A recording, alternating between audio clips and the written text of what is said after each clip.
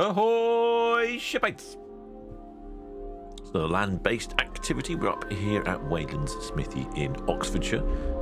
This is probably going to be the last crop circle of the season, I would think.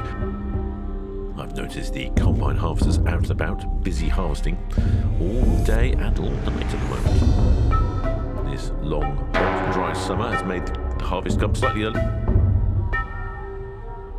if perhaps not as full and plentiful as the farmers were expecting.